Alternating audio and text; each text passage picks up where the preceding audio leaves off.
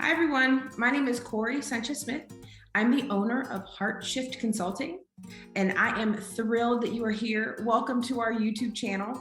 I hope you'll hit subscribe and join us as we continue to talk about all things SEL.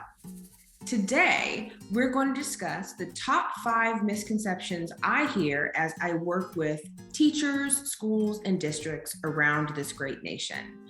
But before we go into the misconceptions, we need to start with the definition, or at least how I define social emotional learning. My definition comes from CASEL, the Collaborative for Academic, Social, and Emotional Learning. Their definition states that SEL is the process through which all young people and adults acquire and apply the knowledge, skills, and attitudes to develop healthy identities, manage emotions, and achieve personal and collective goals, feel and show empathy for others, establish and maintain supportive relationships, and make responsible and caring decisions. If you've been around SEL a while, you'll notice right away that some of this language is a little new. CASEL rewrote or reconfigured the definition in 2021. And they added some very specific language. So you might have noticed that the focus on having a strong identity is new. And you'll also see collective goals as new language. So as they look to rewrite the definition, they wanted to lift up our responsibility to really helping students understanding their greatness, not only to understand their emotions, but understanding what makes them valuable and what makes them whole, happy people. And also not only focusing on individual goals, but collective goals. How does our community thrive when we work together? The last part of that slide goes into CASEL's very clearly articulated relationship between SEL and equity, in that if the definition of educational equity is students get what they need in their setting, that social emotional learning helps with that. First off, by building relationships where educators know who students are so they know how to meet their needs. And there are other ways that equity shows up that is part of their definition. So that is social emotional learning. We're going to go into the top 5 things I hear the most often that are misunderstandings. Number 1, social emotional learning is a program.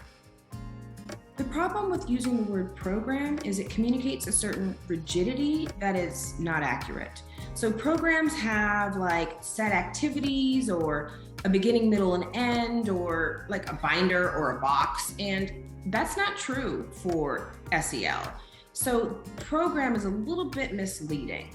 Now, social emotional learning does have 5 core competencies that guide the work. There also are some core beliefs around community, relationships, and really putting students first.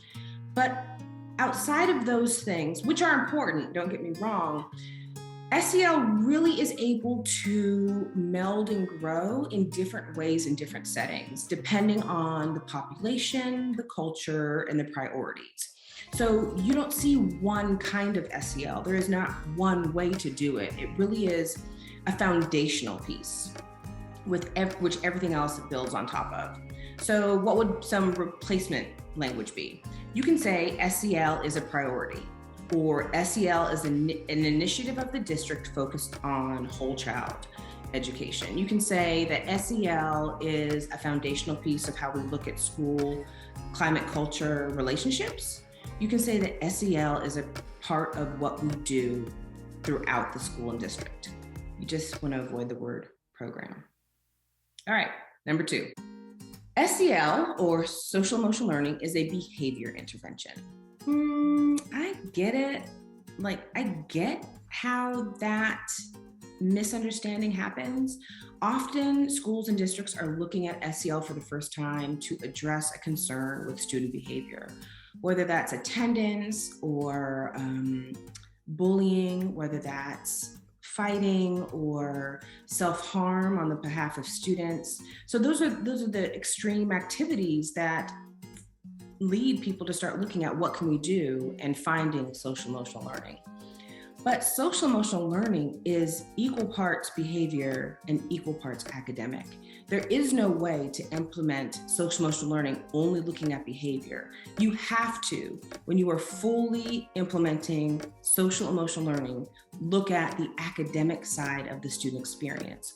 Is the learning rigorous? Is the learning meaningful? Is the learning culturally responsive? Is the learning exciting? Does the learning include student voice? Is there opportunity for students to expand into new and exciting ways through their academic instruction? So SEL is equal parts behavior and academics. It is a behavior intervention as much as it is an academic intervention. Misconception number 3. Social emotional learning is a time of day. So if you have seen a well-meaning school put a block of SEL in their master calendar, or a teacher put SEL at a certain time on their whiteboard, that is part of the miscommunication around SEL being a time of day. I understand you want to make sure that you save space for this important work. But the truth is, we have on our schedule maybe a community meeting, maybe a restoration session, maybe we have time for the curriculum. But SEL is all day, every day. There is no one time, there is no one block. It is how it feels when you first walk in to how it feels when you leave for the day. SEL is every part of every day.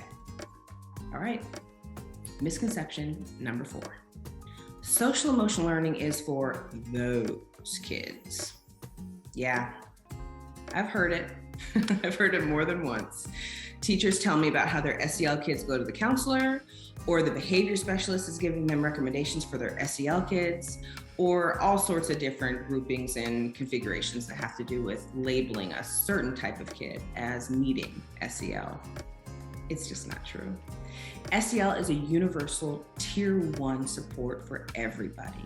We all are SEL people, the big and the little people. We are growing, we are changing, we are developing, we are learning. We are taking stressful situations and we're managing them.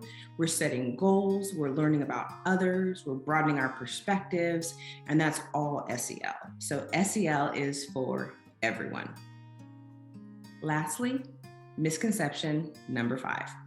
Social emotional learning is the parent's responsibility. Yeah, I've heard it quite a bit. I don't know if there ever was a case where SEL belonged only at home, but I'm sure it felt that way. There definitely was a time where teachers focused on content. I'm not sure that was the right way then, and I know for a fact it's not the right way now. That if we want students to learn, we have to attend to who they are as human beings. We have to make sure that we have a space for them to be vulnerable, to make mistakes, to learn about themselves, to get excited, to get sad, and to manage it all. There is no way to just focus on content in a classroom. And we love that parents want to focus on social emotional learning. And in fact, it should be a partnership. There is no one person responsible for helping kids develop into the best possible versions of themselves. So we all work together. Social emotional learning is a part of all of our responsibilities as we pour into children being whole, healthy, and happy. All right, that's it. The top 5 things that I hear the most often that really should be looked at in a different way. I hope that if you heard some of your own language in some of these misconceptions, that you have the language now to change and grow, which is so SEL. Bye.